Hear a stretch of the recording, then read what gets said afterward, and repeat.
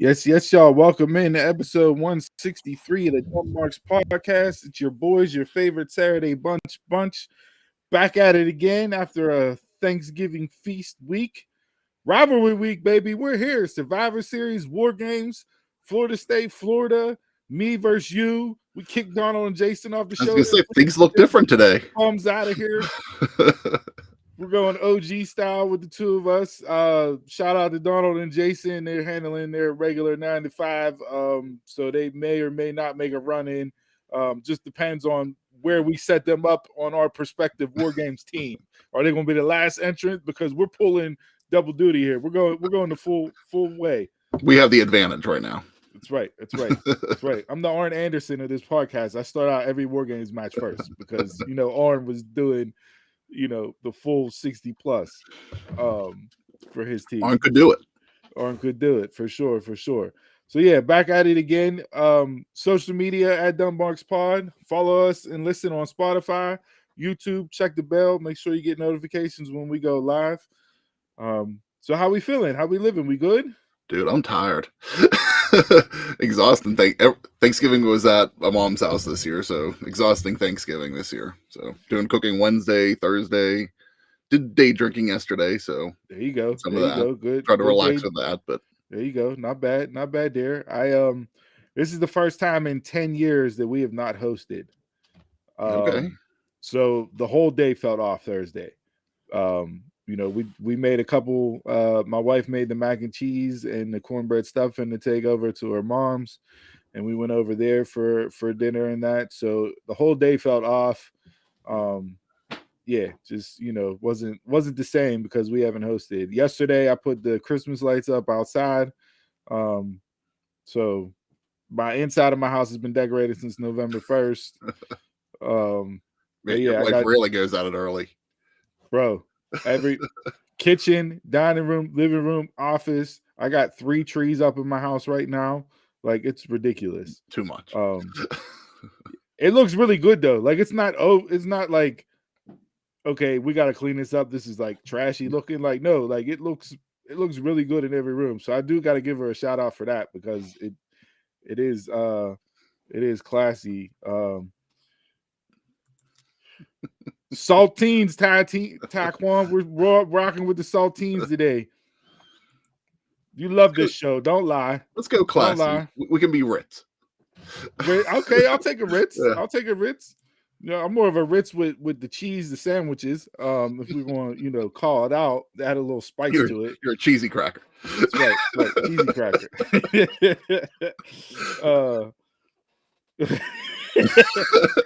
Hey, Taquan, we were trying to set up you and Pro to be on here for Survivor Series. Wanted to see you go at it live, but one, we don't have a dump button, so you definitely would have got us canceled. Oh shit! Jason and Taquan are going to be in the comments at each other. There we go. Look, even Jason's name is white, Mr. Cream of Wheat. Taquan, you better get on him. No, absolutely not. We never put raisins in the potato salad. Come on now. You got to give us more credit than that. We might be white, but we're not that kind of white. Yeah, no. Not at all. Not at all. So yeah, got all that out the way. I'm ready to go today. Like I said, rivalry week, War Games, college football started yesterday with, some of the matchups. This is my favorite time of year. I love this weekend. Michigan, Ohio State, Florida State. We had, Oregon State last night, which turned out to be a bum game. So yeah, I'm here. I'm ready to go. Nah, man. I've never worn that in my entire life. Okay. Nah, we're here. We're good. You got fun all that, show. Then you got Survivor Series. And if you're in Pittsburgh, AEW Collision and Rampage. Tonight. Tickets are still available. If you want to go down, I looked. I did peek because I was like, early Christmas present. I'll take my daughter down, see if my wife wants to go. The ticket prices were good as far as being not outrageous. Yeah. Normally AEW does good pricing wise, but kind of the way WWE was a few years when they were trying to get the kids back involved. Yeah, they got other plans, so I'm not going to go down by myself. I'll just post up and watch Survivor Series, and it'll be the first event AEW has come to Pittsburgh that I have not seen live in person. I checked it out last night. It looks like good amount of tickets are gone now. So the deals that they've been doing, it looked like people have been taking advantage of them. Oh, for sure. The only thing that sucks is the taxes and fees on tickets. Yeah, you're paying an additional ticket plus for taxes and fees depending on how many people are going down. Yeah. And then you got to factor in the parking when you go down too. Add that on top of it. Yeah. So the thing I don't get though, like this is something that AEW needs to think of. If you're going to a college campus, it's on the Pitt campus, and the students are gone for Thanksgiving. It's like you got to factor that in. Like if they were going to I don't know how many students they were drawing anyways, because they normally come in April, and it's usually they don't really get like a huge college crowd. I don't think like per se. I never really noticed a bigger turnout down there whenever they've come in the spring. Speaking of token, I was the token last weekend. Went to an event, and I was the only token there. So the roles were reversed. Now I can understand and feel how that can be an awkward situation. I felt like my man in the Charlie Brown Thanksgiving edition, where he's sitting on the other side of the table by himself, which would have got Peanuts canceled if they brought that out in 2023. So go figure. No, I was right at home, Taquan. I was out there right at home. Yeah, it was. Yeah, I was mad I didn't go get a haircut because it was. They were out. They were out. Everybody was fresh for the show. Good. All good. All right, fun show today. Of course, we're going to break down Survivor Series, get into War Games, discuss that full card, match predictions, match in the night. You know how we do. We always got Mount Rushmore and Jabroni of the week, and we'll see where other twists and turns this show come first. I noticed you titled the show Strike First. So how do you want to handle this? You want to go positive? We're going to hit them with positivity first, or are we going to go negative and get the jabronis out the way? It's the week to be thankful, so why don't we go positive to start things out? All right. We'll do a compliment sandwich. We're going to go positive with Mount Rushmore. We'll hit them with the jabroni, and then we'll go War Games for the bottom of the bunch. Exactly. All right. I feel that. All right. Well, since Donald and Jay aren't here, we'll just read off their Mount Rushmores and jabronis and maybe discuss it if we feel the need to. So I don't care who you give first from them two, but you got the controls over there with that. All right, let's go into Donald, just because you know how Donald is whenever he's not on the show. Oh yeah, he pulls out a diatribe. Meanwhile, when he's on the show, he can't. Jason says 3 words, Donald gives 7. Like they're not exactly William Shakespeare as far as takes. So we'll give hot take Donald here. Mount Rushmore and Jabroni are one and the same. Match between Mello and Briggs was stellar. Both styles messed. Go ahead. Both styles messed with each other. Of a bruiser versus high flyer. Willing to see a nice feud with both. Briggs with the win was a nice shakeup, excluding the fuckery. I didn't see it, so I don't know what the fuckery was. But Lexus King. Okay, Jabroni spot. Get the fuck Lexus King out of this storyline. His interference with Trick and Mello's story is starting to become a spear in my stomach. As I stated 2 weeks back, he isn't Jericho. Get off my TV. For now, he is called Junior Varsity in my eyes. Julia Hart carried his ass in AEW. Wow. Julia Hart with the carry. I asked him if the red glasses were on during it. He said no, but okay. All right. No, I thought those two put on a hell of a match on Tuesday night. Briggs was a surprise win, which is good. They're shaking it up for the survival match that they have. I forget the name of it, where they do the countdown and the pins.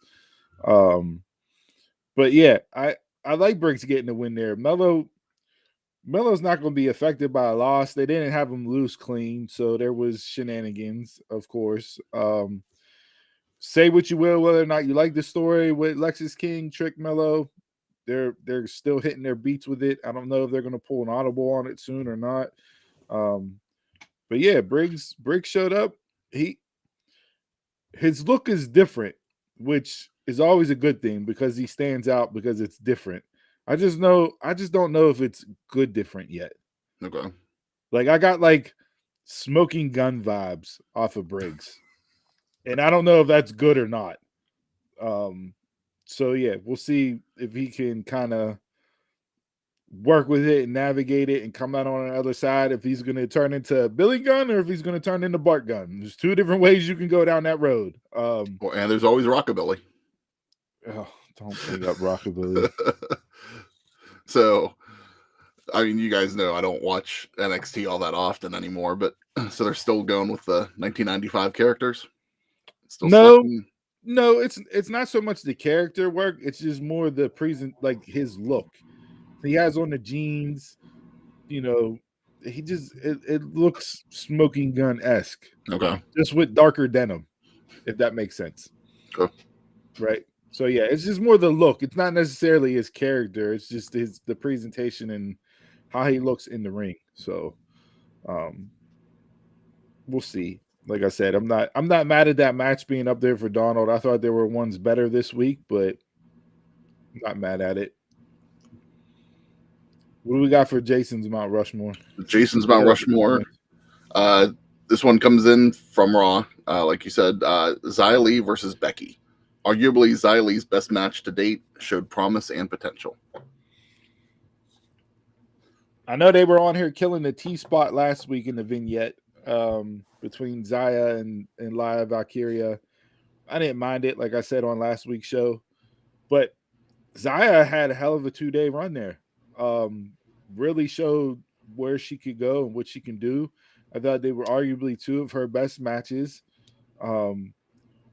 She showed up. She showed out.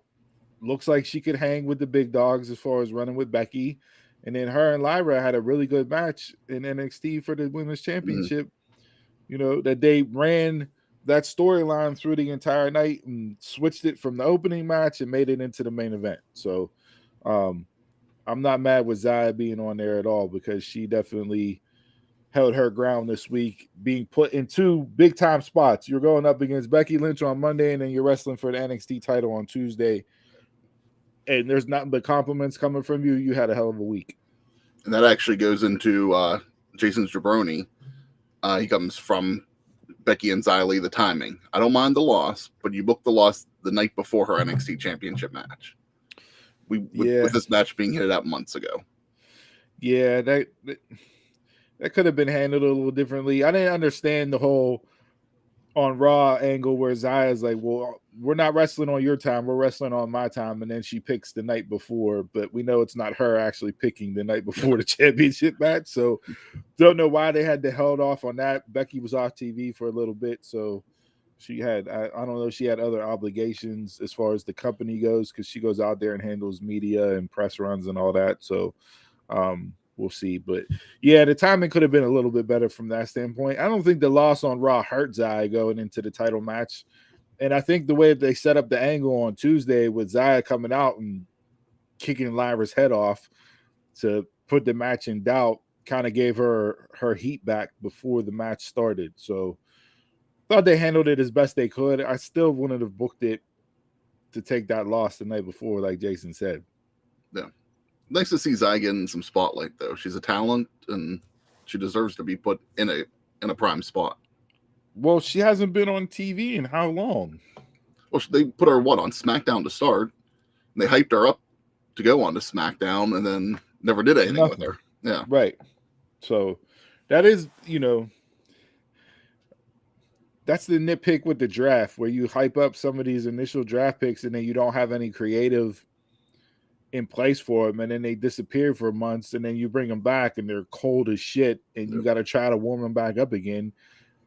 Then just announce that they were drafted, and then don't roll it out later on. Don't put them on the next, the couple weeks after with video packages and whatnot, and and then have them go away for 6 months. Yeah, or don't put them on the main roster if you don't have anything for them. Keep them down in NXT. It's true too. It's true too. All right, what do you got for your Mount Rushmore this week? I got to go with from Full Gear this past weekend. I got to go Swerve and Hangman. I enjoyed the hell out of that match. I mean, coming out of that event, that was the most talked about match for different reasons, but yeah, I thought it was a good match. It was a good story that they told during that. I got to give them both their credit for that. I was listening to Busted Open, and they were talking about it, and I noticed this as I was watching the match, but they did a good job talking about it. Like, normally Texas death matches are just flat out brawls, right? Yeah. Like you've had the feud, it's boiled over to a point where you got to end it in a Texas death match. But this one, they actually told a story and did callbacks to the feud building up to the match. Hangman with stapling the finger paint that his son had that Swerve picked up whenever he went into the house. Like, that's a callback. Like, they hit on those notes throughout the match, which brought the story together, and it made it feel right that they were actually having this match. I don't know if you do a third one after this, because it's like, what do you do now? Yeah, and that we talked definitely about felt that. like it was a We wrap-up. talked about that last week. Hangman right back off TV, but Swerve was out there Wednesday night and handled his business, picking up a win in the Continental Classic, the Wish version of the G1. Is Tony Khan just going to rip everything off from New Japan? Like, he signed big talents: Shibata, Jay White, now Ospreay. You have this new tournament, which is just like the G1, which I think is only because Bryan Danielson kept saying how much he wanted to be in G1, and now 2 years being in AEW and they haven't put him in. I think this is just Tony Khan's way of saying, "Hey, we're going to give you the G1, our version." Well, and this is going to be Bryan's last year as full time. So, yep. I mean, I guess if he doesn't go in this upcoming year, that's it. You're never going to see him in there. Yeah. So we can debate other things from that tournament, which may be on somebody's jabroni this week. But yeah, no, the match itself. We said it whenever we broke down the card last week. I believe me and you both had that as match of the night. I think I went with MJF and Jay White in the main event. But and it was me and Donald. Yeah. I know two of us had Heyman and Swerve. I enjoyed it. I loved it. I wasn't on the Cornette bandwagon. I did think the blood spot was over the top and did not need to be there. Don't know if that was an audible that Heyman just did it in the moment or what, but you don't need that. No. You don't need that ever, let alone in 2023. Yeah. From what I read, the rumor was that it was approved, so it wasn't an audible, but whatever, if it was or wasn't. But yeah, it was just different. Yeah. But it's one of those things that got people talking. And I think that's what they were trying to do. I mean, that's the age-old question: is good press bad press, right? Yep.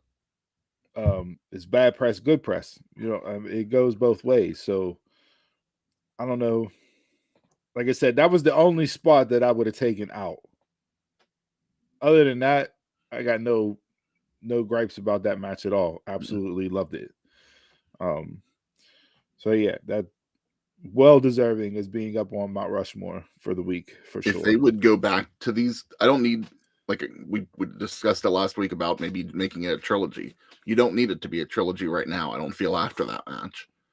But if you take a pause and eventually come back to that feud down the road at some point, I would enjoy that. Maybe for a title or something. If Swerve does become champion and Hangman wants to challenge him, that's a great way to get back into it. Yeah, no, I'm okay with that. That you got enough there to call back later on in a bigger spot that you can have both men in than where they're at now. So I guess the swerve push is looks like it's fully underway right now. Um, We'll we'll see how he see. does in this tournament. Yeah, see what he does in the tournament. I got a feeling he's in the same side of the bracket as Moxley, so that gives me pause for contention as far as him coming out of the bracket. But if you're really going to push him, there's enough people on that side of the bracket that he can have stellar matches with and come out on that side. Whether or not he wins the whole thing, that can be debated. But I would definitely have him as my betting odds favorite to come out of that side of the gold bracket with the win, so to speak, and be that side's representative. And if you're a fan or you're not a fan of it, buckle in. That's the focus of AEW for the next month until this next pay-per-view. So yeah, which good or bad. Yeah, depends if you like tournaments or not. And Tony Khan loves his tournaments. Absolutely does. Absolutely does. So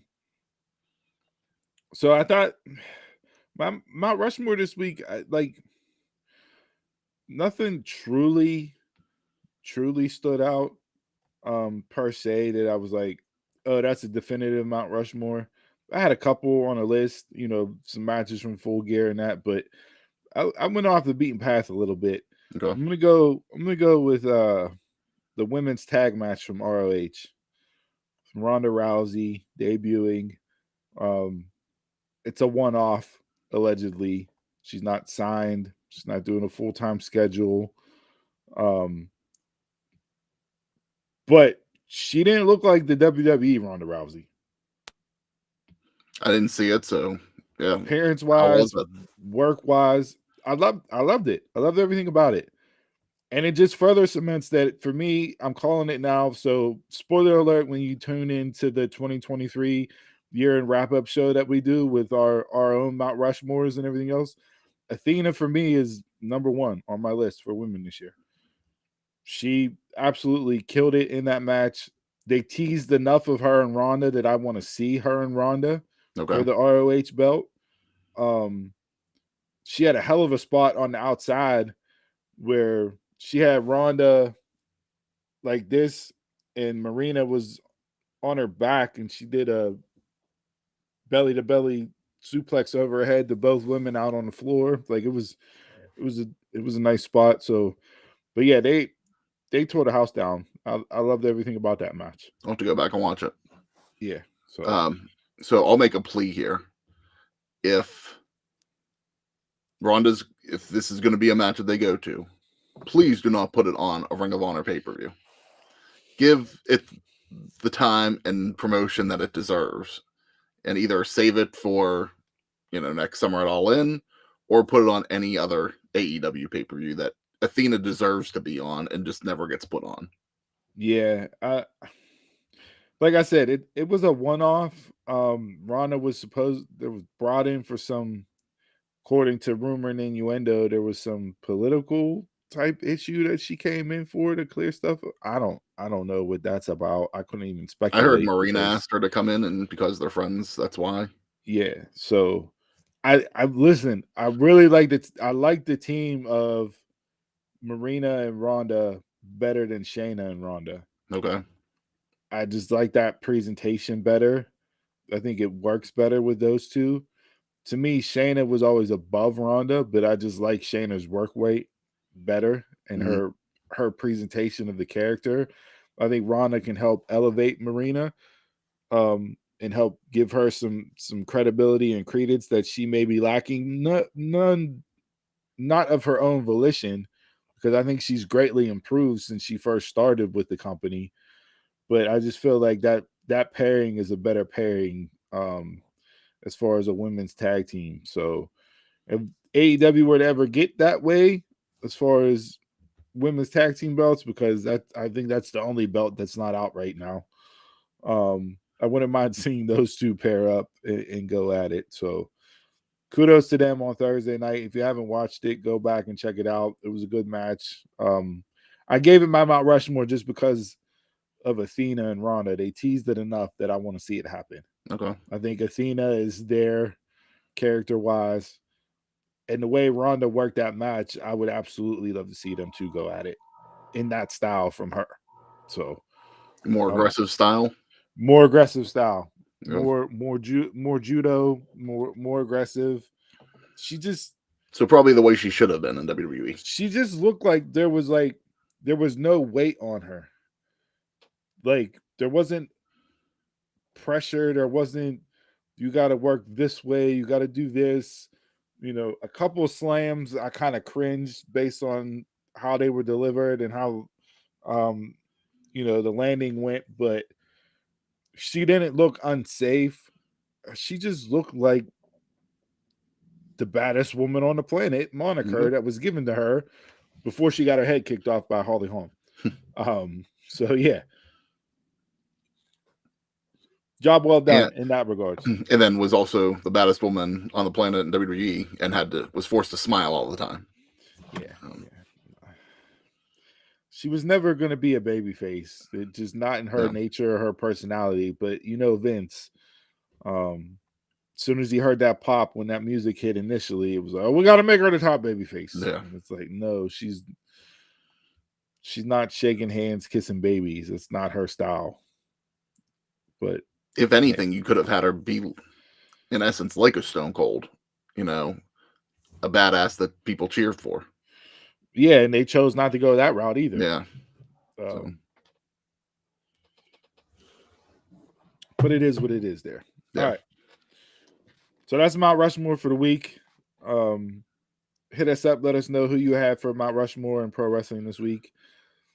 Now it's time for the middle part of the compliment sandwich, the bad stuff. Give you the little nice top crispy toasted bun, brioche, whatever you want. Now we're going to hit you with some jumbo, some bologna. Not giving you the fine Italian meats here. What do you got for jabroni this week? So before I get into mine, we already Dawn and Jason kind of gave you theirs that were tied into their Mount Rushmore, but Jason had a second jabroni, so I want to bring this up. And it also comes from Full Gear, and that is the treatment of Sheeta. And I think this deserves to be brought up because we talked about it on the show last week. I said it. I brought it up last week. Yeah. It's just brought it up last week. 2 title runs since the pandemic, and both of them have been to further along somebody else's story. Mm-hmm. So what does he say? He just wanted to bring it up. He just brought it up. Yeah. No. Absolutely was definitely. Like I said, I brought it up last week, but you can't use her as the transitional champ, which she's been. She's been their transitional champ, just like Nyla's been the first challenger to the new champ. Although she hasn't been on TV in how long, so I don't know what's going on with her either. There was no reason, and she did not have on all white. So Donald's theory of the all white gear and she loses was squashed last week. But she's way too good of a talent and has done too much for the company to be used in that role. Yeah. I mean, both title runs were what? 1 defense? 2? I don't even know if the first time even had a defense. It was so quick because it was like it went the 200th episode and then pretty much right into All In. So that was only a couple weeks. And you had her lose to Saraya to get the pop in Wembley, and which you had Tony and Saraya feud in the match. You didn't need to put it on Sheeta before the match. You could have just had Saraya pin Tony in the match like she did. You gave her the moniker of the first ever 3-time women's champion in AEW out of this, but what have you done with her?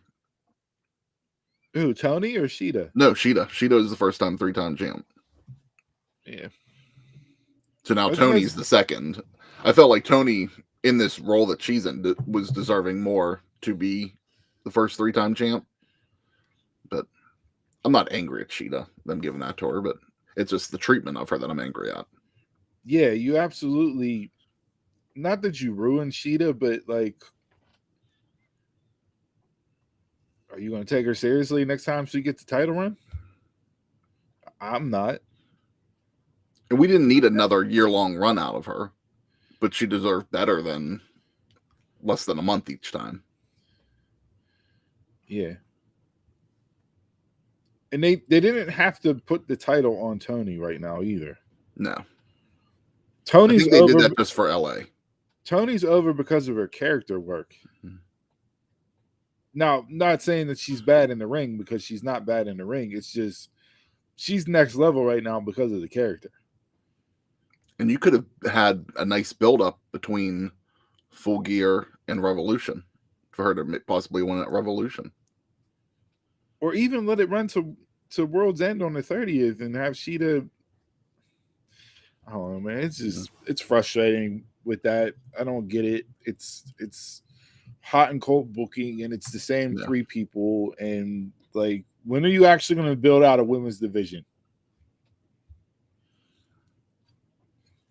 You had the surprise title change with Julia Hart beating Statlander, which I enjoyed that match. Yeah. I thought Statlander was great because, you know, her being the bigger competitor of the match, she handled the power moves. I thought Sky Blue and Julia was tremendous. Julia's been absolutely killing it. So giving her a run with the TBS title, I didn't pick her to win, but I'd have no problems with her winning that. No, not at all. Sometimes it's nice whenever you get those types of title runs that you're not expecting, just to see what they do with it. And I like Statlander, but I just never felt like she ever, with Jade being TBS championship, they put the focus on that. And I didn't feel like they gave Statlander the focus of the TBS championship. They just kind of kept her on Rampage a lot.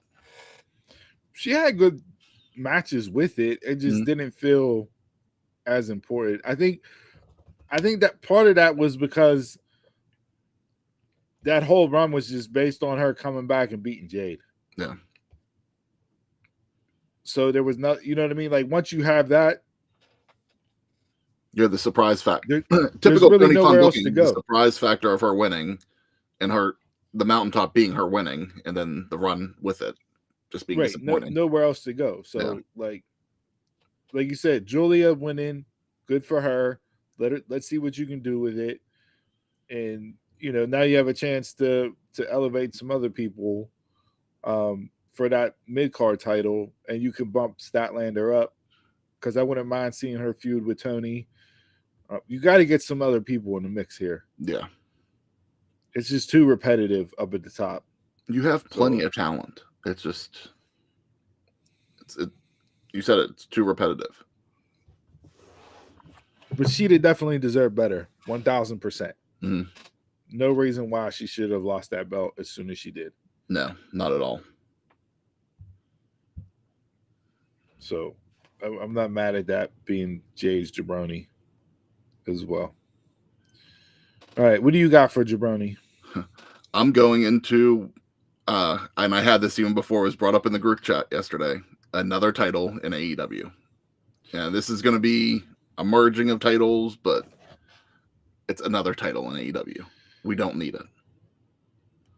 Well, it's not just the title in AEW. It's a title in AEW, in Ring of Honor, and New Japan. It's being defended in all three promotions. All three promotions are sanctioning it. And let's clarify that. It's two promotions. Well, there's no difference between AEW and Ring of Honor, but yeah. But I just don't see how you buy a brand, and then all of a sudden, you know, 2 years after you buy it, you're getting rid of its heavyweight championship. The title. Yeah, that has all the title. So you're getting rid of that for a brand new one. For an AEW title. And a New Japan and an ROH title. I mean, they haven't said exactly what the name of it will be other than the AEW Continental Classic Championship, but I think it's just going to be called the Continental Classic. Yeah. We'll see if it has the New Japan logo, the Ring of Honor, or whatever, but I don't know. The whole thing's stupid. It's what you said earlier. It's just the Wish version of G1. You know, it's just Tony Khan doing it just to do it. But yeah, I don't get the point of doing the title. Like, you don't. It's kind of like whenever they do that Owen Hart Classic, and then they give them a belt at the end of it. It's like, granted, they don't defend that title, but do we need to give them a belt at the end of that tournament? Not whenever they have the cup that's 3 times the Yeah. size of the Stanley Cup. Like, So we do this. Why do a belt to defend if they defend it, which I'm guessing they will since they're merging belts, but why not just do something like, the win kind of what they do with the G1 Classic. The winner gets a shot at the belt. well, and not only that, but the way that Kingston cut the promo to put up the New Japan and the ROH belt to merge into this new belt, if he loses, let's say he loses tonight to Brody King, does that mean Brody King is the ROH and New Japan Strong Champion? So Or Tony, or is Eddie Kingston just winning every single match on the blue side of the bracket until the finals? on Tony, they did. I think it was on Wednesday. They did like a bracket breakdown, like announcing all the people, and they interviewed Eddie. And so, yeah, the way you're describing it, the way Eddie said is exactly how he said it, like that he was defending it in every match. But Tony basically said, no, the winner, like, yes, it's a defense, but the winner is the champion at the end, not like every match. That makes it even a dumber decision. Yeah. So we'll see what they do tonight if anything does change. But yeah, it was like Tony was backtracking it. And Tony was trying to say, like, no, what you said was correct. It's like you are defending it each time, but the winner of the tournament will be the champion. So then he's not defending it. Yeah. So why have Kingston say that? Because if that was the case, I'd be at least interested. It would give me some reason to tune in and watch it and actually care about it, because it's like, is Eddie Kingston really going to run through this entire bracket on the blue side undefeated, plus a finals matchup against a Jay White or a Swerve or a Moxley, or you know what I mean, whoever, a Roosh, whoever's going to come out of the gold side? But like, that would at least have storyline and intrigue to run through, because Kingston's not the type of guy that you would expect to go undefeated in that tournament setting based on how he wrestles. So it would have been a story inside of the tournament instead of just having the tournament to crown these merged Infinity Stone titles that they're putting on Thanos at some point. I'm interested in seeing what, say, New Japan has in this belt. Because if you're giving one of your titles away, in essence, to AEW, does AEW get to book this title for a little bit? Then does New Japan get to take it for a bit?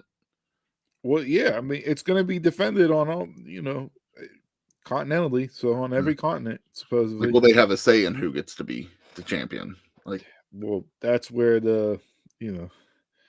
that's where the too many cooks in the kitchen comes in, right? I don't know. The whole thing's just not necessary, and I think it's really stupid the way they're doing it. So yeah, I completely agree with that being on the jabroni, because it definitely was, and worthwhile for sure.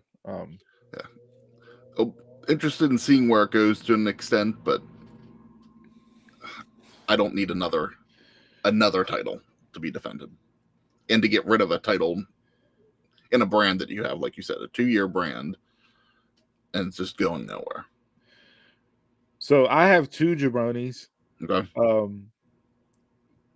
The first one's out of Full Gear. The second one will lead into us breaking down the card for Survivor Series. Firstly, for Full Gear, my jabroni is the whole storyline with MJF and Jay White. Okay. This entire story has been built on Jay White taking MJF's property and walking around like he's the real world AEW heavyweight champion. MJF has not done enough, in my opinion, to show that he wants the belt back until the night before the pay-per-view, where he laid out Juice Robinson, who is legit injured, and is going to be taking some time away. So that's why he was written off the way he was. But the whole storyline's been about somebody else taking your property and you not doing enough to get it back. And then Because they you have get them in 5 different angles. and then you get into the pay-per-view and you run a Monday Night Raw, Wednesday Night Dynamite, Friday Night SmackDown, Impact Thursday, ROH. So you run a regular storyline to thread throughout the pay-per-view of MJF getting injured and him being carted out in an ambulance and Adam Cole promising that he's going to step in and defend the belt. And then Adam Cole gets in the ring and MJF steals the ambulance and drives back. And it's like, and then you have MJF win on one leg. Why? What was the purpose? Nothing about the story leading up to that said that that's the angle that you should go. Yeah.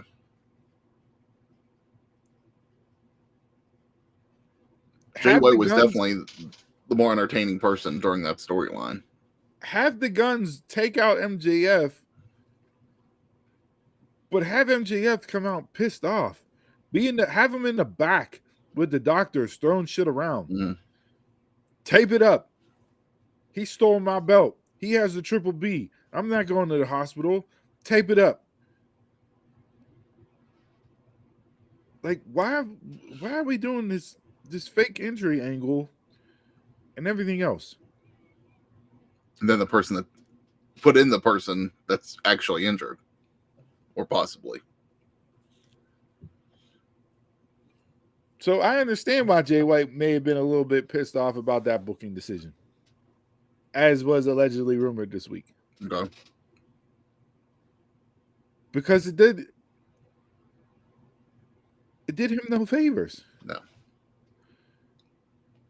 I really enjoyed the match. The match was good. You know, a couple of the spots were holy shit spots, like the cutter over the top rope. You know, there was a lot of good wrestling. But you had a story built in for the match. And you decided last second to change it and make it about something that was totally different, that had nothing to do with the build to the pay-per-view itself. And the thing that I hate in pro wrestling is whenever you're overbooking somebody to look strong, like they did with MJF. MJF's a great talent. I enjoy MJF. I've enjoyed, for the most part, his title run. But when you have a 100% healthy Jay White versus, say, one-legged MJF? Yeah, we'll say 75%, that can fluctuate on it. And you have MJF completely, like, back and forth together, and then him still win. It's just like, how realistic is that? Yeah. Like, the story could have been kind of what they kind of alluded to on Dynamite this past week, with Samoa Joe, of, like Samoa Joe said, I'm not taking the match tonight because I don't want you to cry and bitch that you weren't 100%. That could have been the storyline for a rematch. Oh, you got me on an off night. You stole my 1 year from me. And they could have developed a story with that, and that would have at least been a little more entertaining, I feel. Yeah, it was just a complete head scratcher on my end. I'm like, why are we doing this? And then I get the Joe announcement on Wednesday. You're my property. I'm gonna make sure nobody gets you. I got your back. I want you fresh. Well, where was that on the pay-per-view? Yeah. Because if Jay White would have beat him, you don't get the match. So why weren't you out there protecting him from the get-go? Where was Wardlow? Wardlow's almost the same gimmick. He wants MJF. He wants to be the one to take out MJF. So why wasn't he doing the same thing? If he wants that belt because he wants to take out MJF, he wants to take everything away from MJF, which would be the belt. It's again, and we talked about last week. There's too many stories with MJF right now. Like, there's too much focus with this. But they're not being tied in. If they would have had Wardlow and Joe take out the Guns after the match to prevent them from injuring MJF, cool. Yeah. Makes total sense. Yeah. Then you're good. It ties into both men's motivation for wanting to take the belt off MJF. Then you could have You could have Joe and Wardlow take out the guns and then have them two get face to face. And you can have them two fight to face Max at World End. Yeah. Not And this then, whole promise of a title match just because you tagged with me. yeah. But you didn't protect my back. So MJF could have got out of it.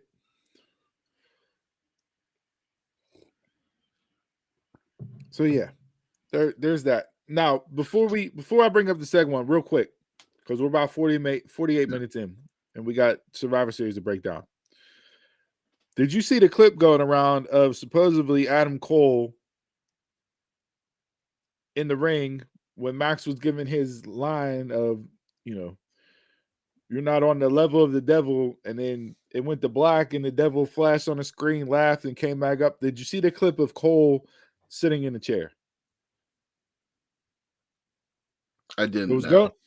All right, so going around the internet afterwards, and fan theory will come out of nowhere, right? Yeah. Just like in Marvel just like the Marvel movies, right? They'll try to find any little Easter egg that's possible, whether it's there or not. So there was a clip of the camera on MJF and Cole sitting like diagonal behind him in the chair, and MJF's doing his little sign, and Cole is kind of looking at him with a smirk on his face, and he reaches his right hand into his right pocket, right, and looks like he clicks something. Screen goes black, devil comes on and laughs. Screen goes up, and you see Cole pulling his hand out of his pocket again. Okay. So now it's, well, Adam Cole's the devil. Look, he's pulling the strings. He's having the images pop up on the screen, this and that and the other. He was smiling at MJF. Like, I don't know if I'm going to jump that far on the conclusion map, but it maybe adds a little bit of intrigue as far as keeping Cole around while he's out injured. And I'm all for that because, we kind of talked about this before. We talked about that aces and eights thing. Like, that's where I'm at right now. Like, that's how I'm getting the feeling of aces and eights storyline with this a little bit. Like, you don't know what's coming next with it, and who's who and who's pulling the strings and all that. And I did like this, right? Same thing with that. The devil comes on the Tron and laughs, and then Samoa Joe's music hits. And it's just so like, that's another, like, oh, what was it? Are they trying to say something there? And right, yeah.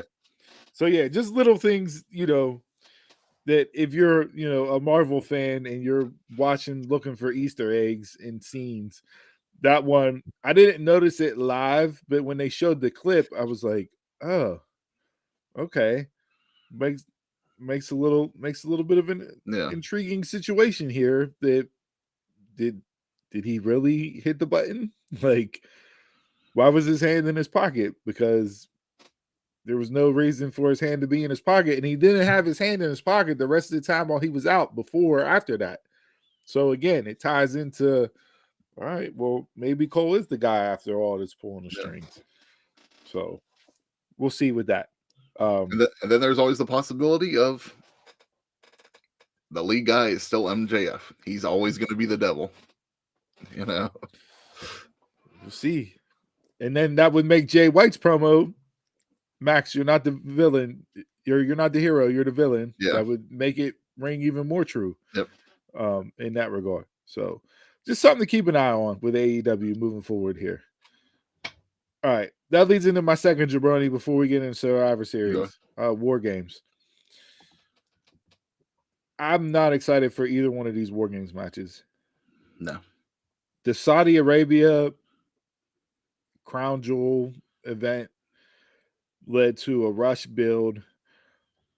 I tried to buy in, and I gave the men's match a little bit more of a buy-in than the women's, based on each member of the men's team having storyline with the Judgment Day. But I just can't. I don't feel it. To me, these matches were just put on the card in War Games because you have War Games announced. Mm-hmm. And they didn't even have War Games announced. It's like up until last month, they were just promoting it as Survivor Series. And So then it's they just like, announced it after the Saudi show. yeah. So like you didn't necessarily need to create war games just to create war games. And then you did the typical, okay, well, who's the fifth man? I like the way that they did that. You know, you said it's Randy Orton without saying it's Randy Orton. I don't know if I agree bringing Randy Orton back after 2 years with a major back injury and putting him in War Games as his first match back. And then you move over to Friday night and you get the pot stir Bailey, who did her best Taekwon job in the comments of stirring it up between Charlotte and Becky, and can they coexist, and are they on the same team? And it goes off air with the baby faces griping at each other and the heels laughing on the outside. It did nothing for me. It doesn't get me excited. No. I can care less about the actual animosity between these women and men, but I watch it because it's Survivor Series. And you never know. Could turn out to be a good show. My expectations going into it are a little bit low because I feel like the past few events haven't been anything special. But that was going to be my follow-up to this poorly built, non-existent blood feud between these War Games matches. When's the last time Survivor Series felt like a Big Four? I feel like legitimate, last year was anticipated decent. Big Four. Last year was probably the first time in a while I was more interested in it because of it being the first War Games with Survivor Series, but like actually excited for it, it's been a while. So, I mean, you could potentially say late 90s. Yeah. I mean, the last Survivor Series that, you know, that I go back and watch consistently would be 02. You know, the first Elimination Chamber. And that wasn't even like the traditional Survivor Series. So, like, that was more the Elimination Chamber, and it was just held at Survivor Series. So, yeah, it's a shame because I really enjoyed Survivor Series growing up. It was one of my favorites. I love the teams of 5 strive to stay alive gimmick, and you had the mixed match pairings. I love the team names that they used to come up with, the promos the teams used to cut before the matches, like all that hokey pokiness of pro wrestling. It just got me, and I loved all that. And now to see it being treated like it's Taboo Tuesday is just a bad vibe for me all the way around. And I'm glad you mentioned that because that's exactly what I was thinking last night while watching SmackDown. Like, the Ruffles, we're going to give you the fans to see who has the advantage in the women's matches. Like, we're doing Taboo Tuesday shit now? Yep. So, yeah. We'll see. There are some matches on here that I think will deliver, but yeah, it's not like, oh my God, Survivor Series is here and I'm so excited for it. And True. That's a shame given where that pay-per-view once was prestige-wise as far as being a Big Four. And you don't need to do War Games every year with this. You know, No. Triple H talked about in the past, you know, we don't need a Hell in a Cell pay-per-view. You don't necessarily need an Elimination Chamber pay-per-view. We can do them when the story, you know, writes itself for it. It's exactly what you can do with War Games. It doesn't need to be, just because Survivor Series is a traditional like 5-on-5 match, you don't need to do this just to do it.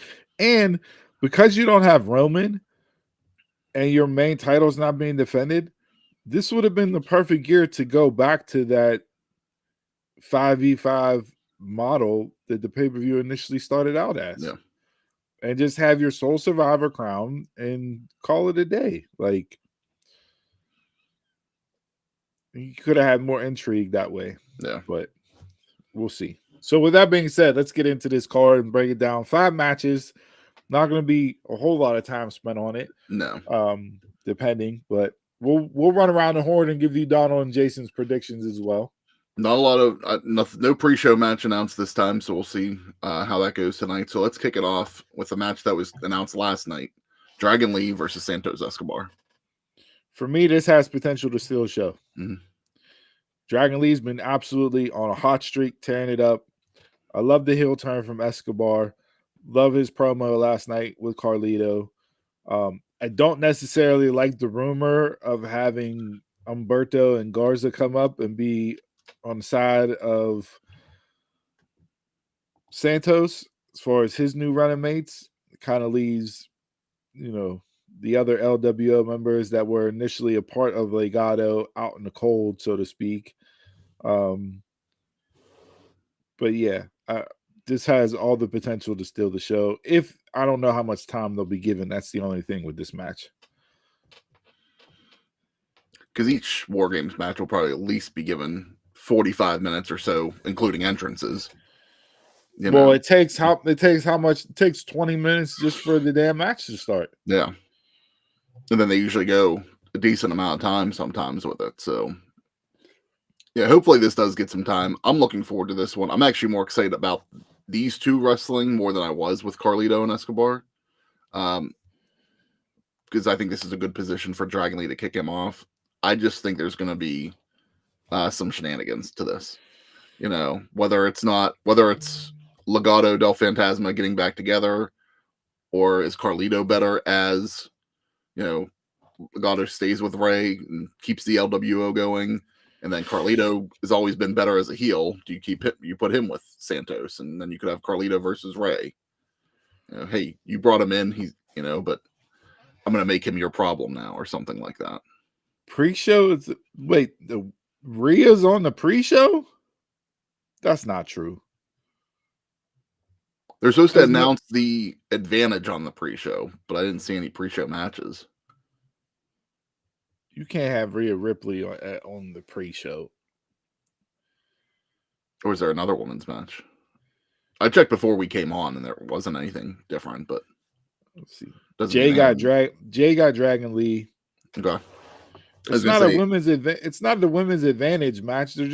They had the fan vote like Taboo Tuesday. Jay Ruffles sponsored it. Or sour cream and cheddar ridges.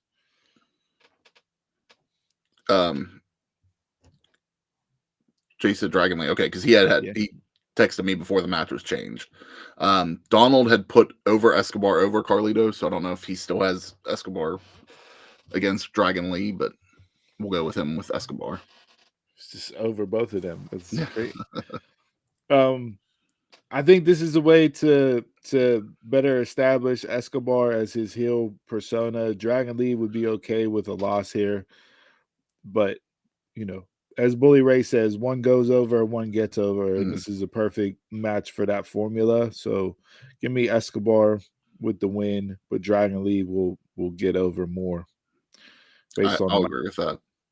Like I said, I'm expecting something to happen with the groups tonight, so I think Santos will win because of that. Okay. All right, up next we'll go with the Women's World Championship, Rhea Ripley versus Zoe Starks.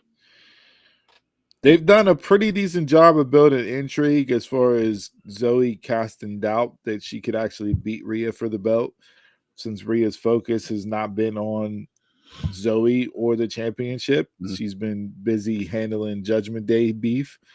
So there's some doubt there. I just don't know if these two are going to come off and mesh well. They're both physical, though. So it could be a really physical women's match. Yeah. I got Rhea retaining. She's not going to drop the belt till Mania. So no doubt in that for me, but we'll see. I 100% agree. I don't see Rhea dropping the belt, but I think Zoe's been on decent story since she was with Trish. I like what they've been doing with her, so I think it's going to get there. But Rhea and Donald and Jason both had Rhea for the win. No, Zoe, like I said, Zoe's been good character-wise in that. And like I said, she's done a great job of casting some doubt, given the pitfalls that Rhea's been handling for Judgment Day. I just don't see her. It's not her time yet. Not for a bit.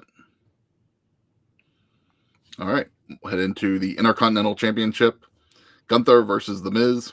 I don't really think a lot of time needs to be spent on this one at all, but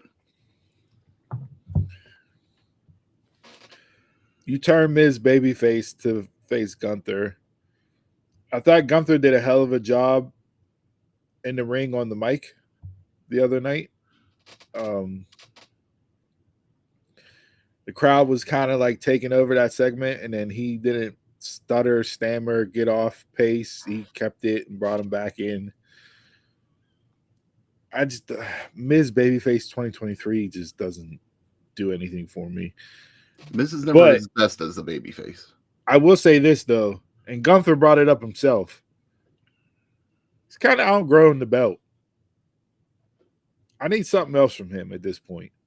He got the longest reigning moniker. Mm-hmm. He's beating all challengers. You cap off on Miz. He's a 8-time champ or whatever he is. There's nobody left. I would love to see him cash that in and maybe face Roman at the Rumble or something like that. Do something different with him. I wouldn't be upset with that. I got Gunther. Yeah. I mean, The Miz isn't going to be the one that, gets the win over Gunther. That doesn't really do anything for The Miz. Whatever. There's potential for others that can be in that spot. So it's an easy one. Gunther for the win. Donald and Jason both had Gunther as well. Jason had brought up not long enough of a baby build for a title change for him. So, all right, and that gets us into the women's war game. So, what do you think? I think there's going to be a lot of tomfoolery in this match. Like, will there be some spots? Yeah. Will Io jump off the top of the cage and do a moonsault? Probably. Will Kyrie hit an elbow off the top of the cage? Probably. Is Shotzi going to get anywhere near the top of the cage? Please don't. Oh, she's doing something crazy. I do not need her up on top of the cage. She was in War Games in NXT, wasn't she?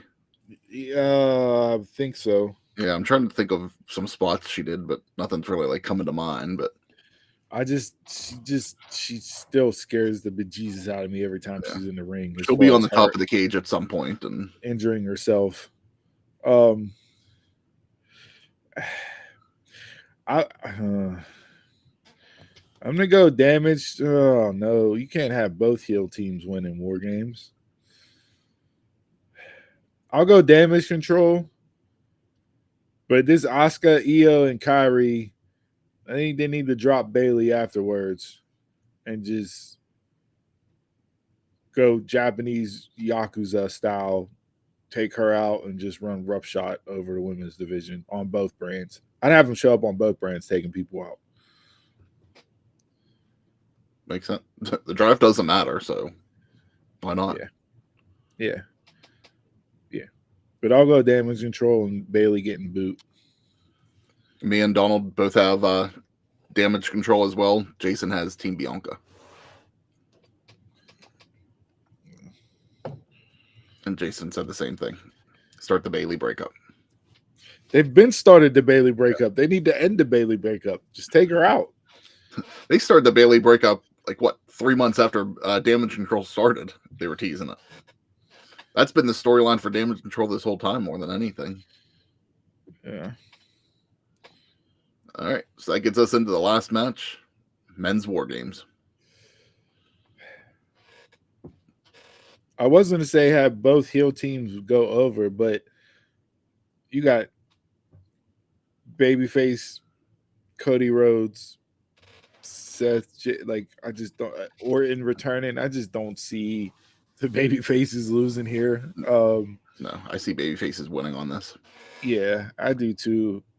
My only question is coming out of this, because you can build feuds coming out of War Games, right? You can build storylines coming out, like I just brought up with the Bailey. Mm-hmm. We gotta get something cooking for Seth. And I don't know if it's going to be Drew again or what, but I think Drew can go off with Jay and they can have their own feud after this. And here's my thing, right? You have a War Games match. Why not do a cash-in? Cash in the briefcase tonight. Okay. If you're Damian Priest, your sole objective is to work over Seth Rollins this entire match. I don't care about anybody else in this match. I'm gunning for you this entire match. I'm telling Judgment Day, the game plan is we take out Seth the entire match. I don't care if we win or lose. Our objective is to take out Seth Rollins. And then we cash in after the match. Let the baby faces get their cheer. They start to exit the ring. We close the door on Seth. 5-on-1 beatdown. I hit him with the Razor's Edge. Pin 1, 2, 3. New WWE champ Damian Priest. And Judgment Day still goes over at Survivor Series without going over. Mm-hmm. I like it. That's how I would book it. You can have you can have all that. Hell, even you can have all that and have Randy Orton RKO Seth on the way out.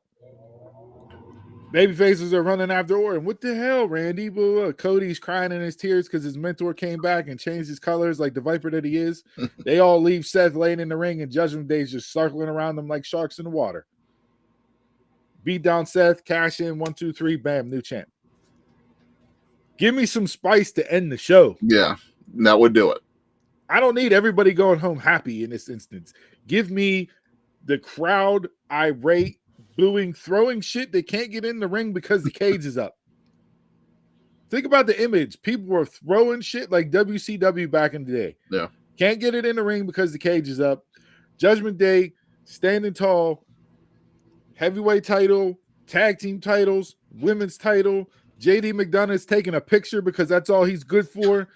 And we go to black. Dom with the NXT title, and that's how we fade to black. It's Chicago, so the crowd's going to be hot no matter what, and they would feed that. Give me that, please. I'm begging you, give me that.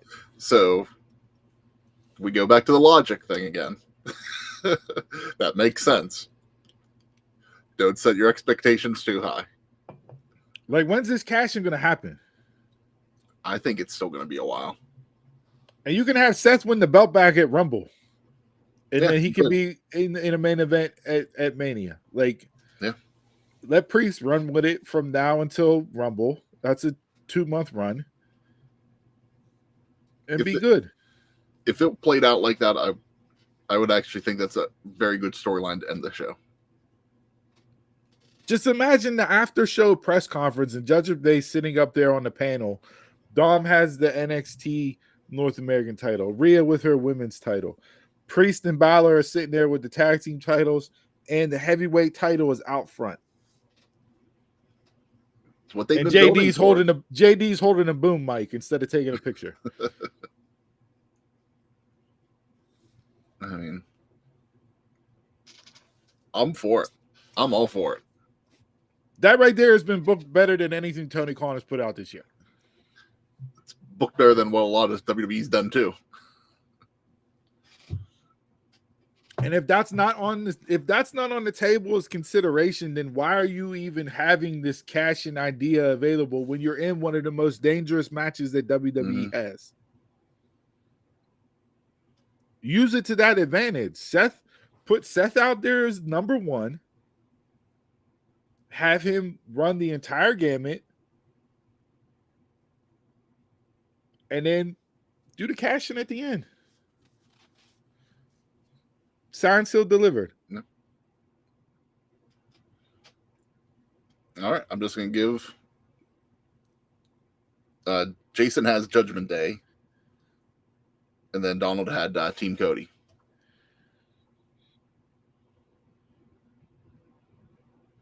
Match of the night. What do you got? I'm ignoring that comment by Taekwon. I think I'm going to go Dragon Lee and Santos. Could be a match of the night. Dragon Lee and Santos was up there for me as well, but anytime I have Gunther on my match card, it's kind of hard to say that he's not going to have match of the night. True. Miz is a pro's pro, so I am going to enjoy the shit out of Gunther chopping Miz. Like, that's going to be tremendous. Did you see I saw Gunther did an interview this week, and they asked him like if there was anybody that's chopped the hell out of him, you know, like that he remembers, and he said it was Penta. I guess they had a match in England, and Penta, like he said, like within the first couple minutes, his chest was all bloody from Penta. Just like I was like, I might need to go back and find that match because that would be a good match to no, watch. that was one of the that was one of those where like Walter was on his rise, where he had like the match with Keith Lee. There was a couple that like put his name on the map. It was the Penta match, the Keith Lee match, a couple other ones before he went to NXT UK and did his thing there. But those two, I've now that you bring it back up, I vividly remember that match and just the shotgun sounds of hand hitting chest that those two were You might need delivering. to help me find it, which one, because I knew who Walter was, before, just because of him getting that rise in name recognition, but I didn't really start watching him until NXT UK. So, yeah, I'll have to check that out. Now, before we get into anything else, Shinsuke Nakamura, open challenge. Nobody's called it yet. What do you think? It's not going to be rumors, but it's not going to be CM Punk. I don't see it being Punk either. But not going to be CM Punk. And CM Punk at a coffee shop in Chicago is not shocking because the motherfucker lives in Chicago. Yeah. Okay, like let's tone that down. All right. To me, this would have been a better fit for Orton. Apparently, Nakamura's mystery opponent will not be truly revealed tonight. So, just going to be a continuation. Okay. I don't even know who to speculate at this point as far as who he's talking about. Words is they're booking Nakamura the way they're booking him because they're trying to court Okada to WWE. Okay. And showing how strong Triple H can book Japanese talent, going with you've done everything possible in New Japan, and like the only thing you haven't done is do it on the grandest stage of them all. Like that's their pitch, so to speak. So I don't know. We'll see. You don't need to be looking just at Nakamura's 2 to 3 month run lately. You need to be looking at his whole run and show how they can book somebody like him. Well, it has been 1,000 times better since Triple H took over. Yeah. So we'll see. I don't see anybody coming out that's going to be like, oh my God. It's not going to happen. It's definitely not going to be CM Punk. I bet my house on it. So if I end up homeless, Chris, I'm coming to live with you in your mom's basement. Yeah. So there it is. That's the match. Hit us up on social media. Let us know match of the night, who you got. Give us your rundown, who will win, who will lose for Survivor Series War Games tonight. Here we go. I knew it. It had to be Cam. Dallas Cowboys fan and this dude. Before you get into that, though, I don't know if you saw this one. Damn it. I missed it. I was about to say we're signing off because I saw the sponsored by Giordano's and I thought that would have been the perfect Chicago deep dish match for Taquan to say sponsored by Luigi Primo, but he didn't there. So yeah, Taquan is definitely coming down the home stretch of getting a free t-shirt out of us come the end of the year. So not bad.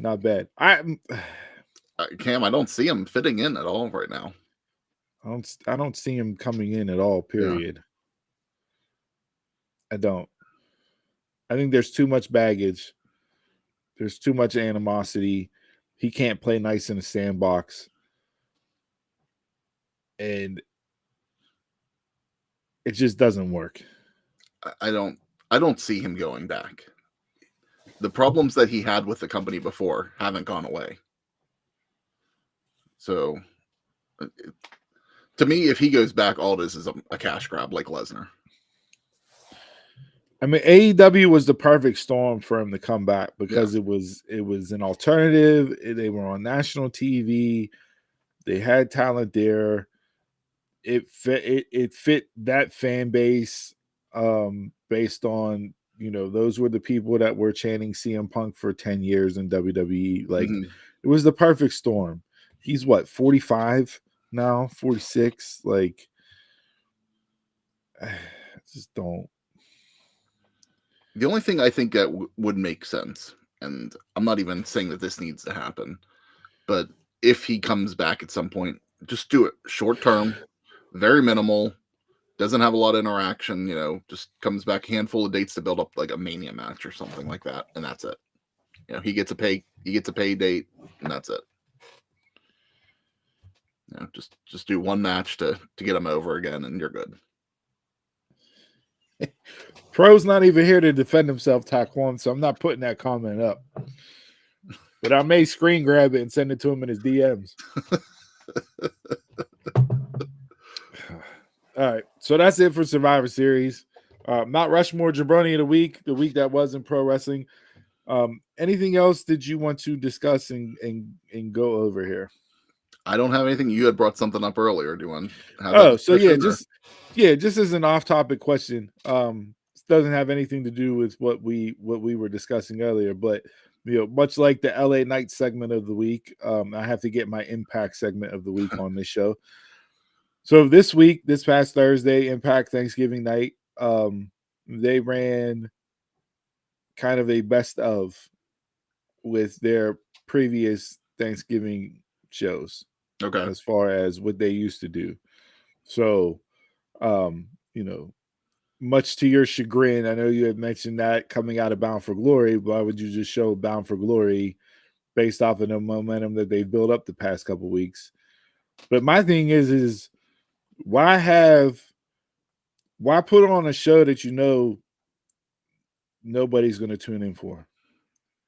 Like, it's Thanksgiving night. There's football on all day. People are comatose. Like, to me, that's the perfect time to do one of those recap shows or a best of show. Hit the NWO music. We're doing a run-in.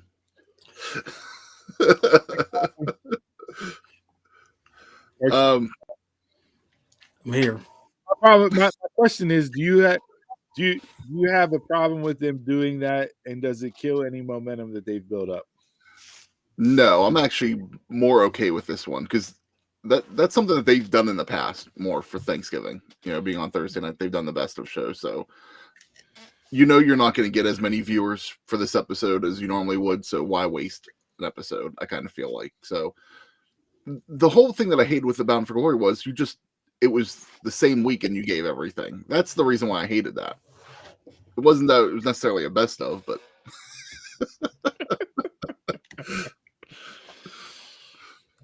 it's like that accidental curly whenever you get the fries. Yeah.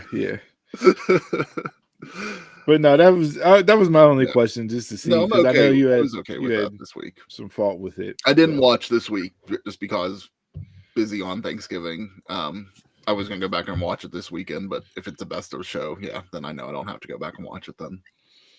Yeah, no. I know Donald's not here, so we're not going to touch the PWI announcement for the tag teams. We'll get into that next week because there's some comments that a certain UC member made that I want to get your thoughts on, and the list as a whole, breaking down the top 10. Huge shakeup as far as top 10 goes. I think FTR was the only team that was in the top 10 last year that was in the top 10 this year. If I read that correctly, I gotta fact check that. But we'll save that for next week and get into that with Donald some more. So just in case you were doing that. How was work? Ahead, man. Ahead, Nate. Do what I do best. There's your quote of the week. Jet, anything you want to chime in with before we jump out of here as far as pro wrestling from the week that was? Did y'all touch on Sheeta? We did. Yeah. Anything you want to talk about? Brody. Nah, that was it. Yeah. We talked about that, and I brought up how we said on last week's show, you making her a transitional champ for no reason, and it's just killing her in that regard. But there was, speaking of Sheeta, there was some news that broke this morning. So Yahoo Japan confirmed that Yuka Sakazaki will be moving to the U.S. in December and will make AEW her home promotion starting next year. Interesting. To me, that's a big signing, but people that don't watch or pay attention to women's wrestling all around will just kind of shake that off as just who. Was she in Stardom? Yes. I mean, if you're a day one AEW person, you know who she is. Yeah. You know, that was someone that they were pushing, you know, with a lot of their Stardom talent early on. But the pandemic ruined that. You know, they pretty much all had to go back and only stayed at Stardom, and AEW pushed the talent that they could get, you know, for a bit there. And we keep talking that AEW needs to rebuild their women's division. I think this is a perfect time for that.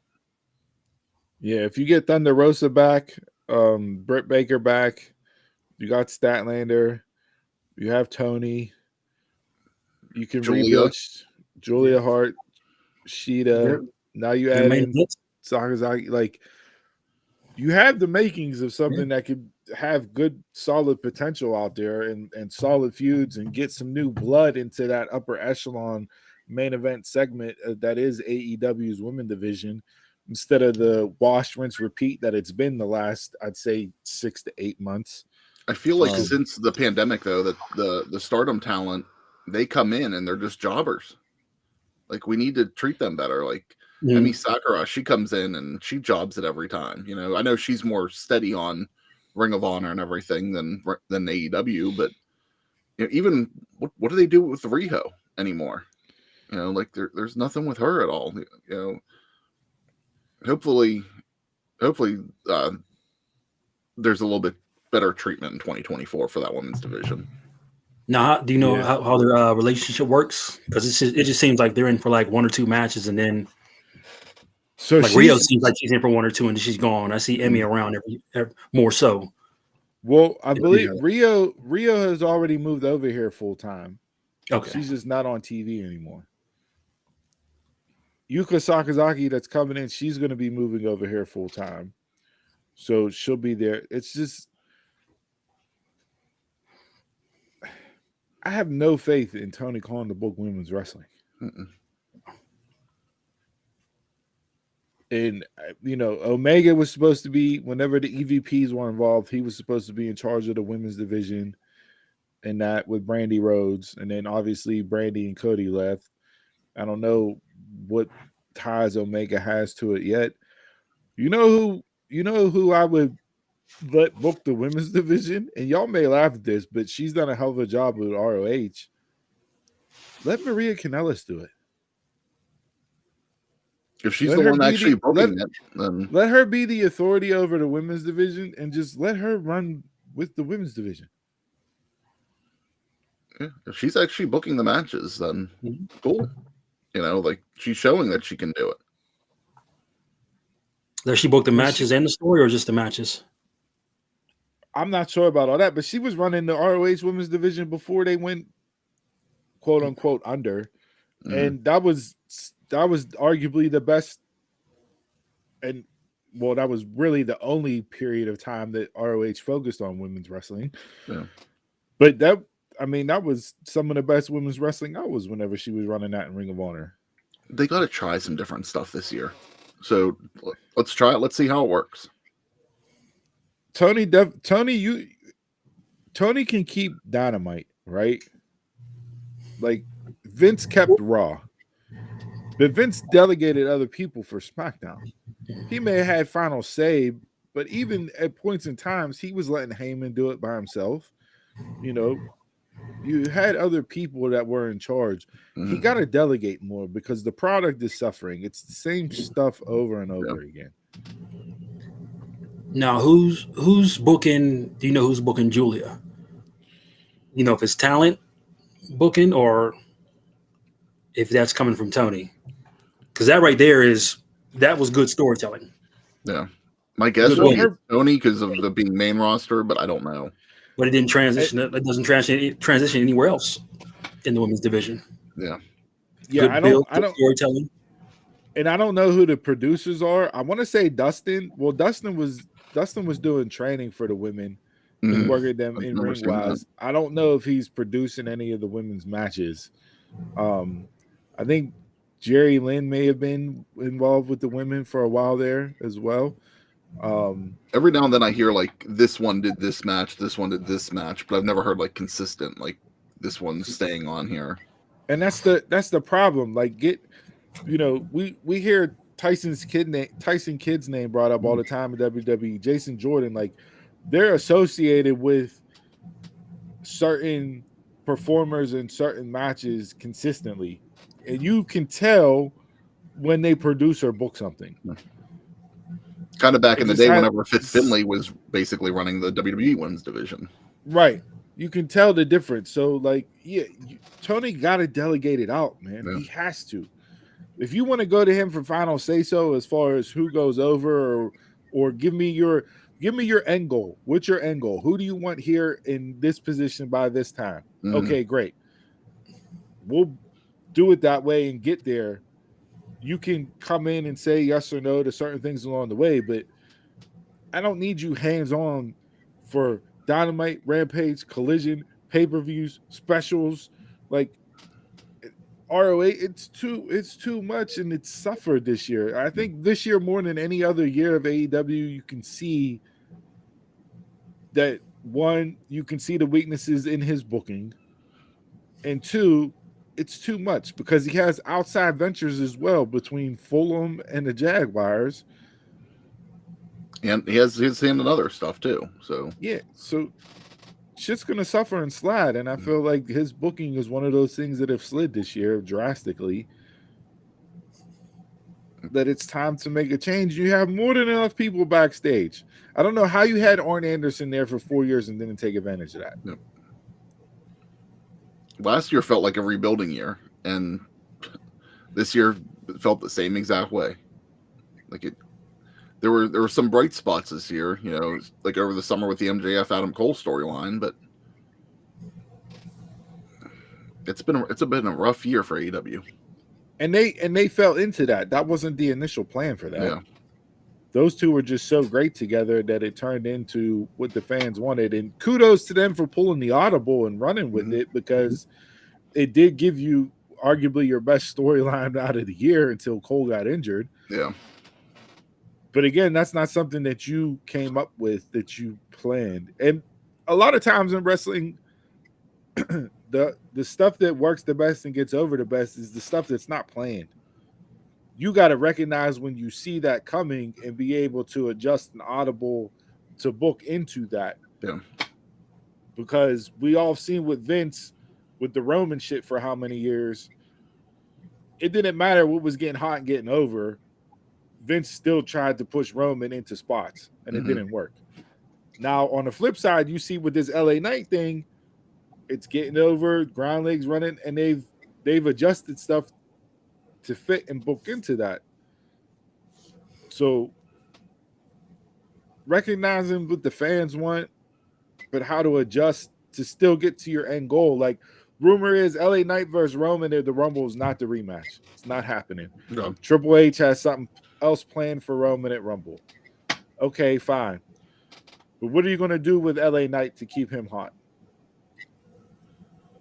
Grayson Waller's not it. No. So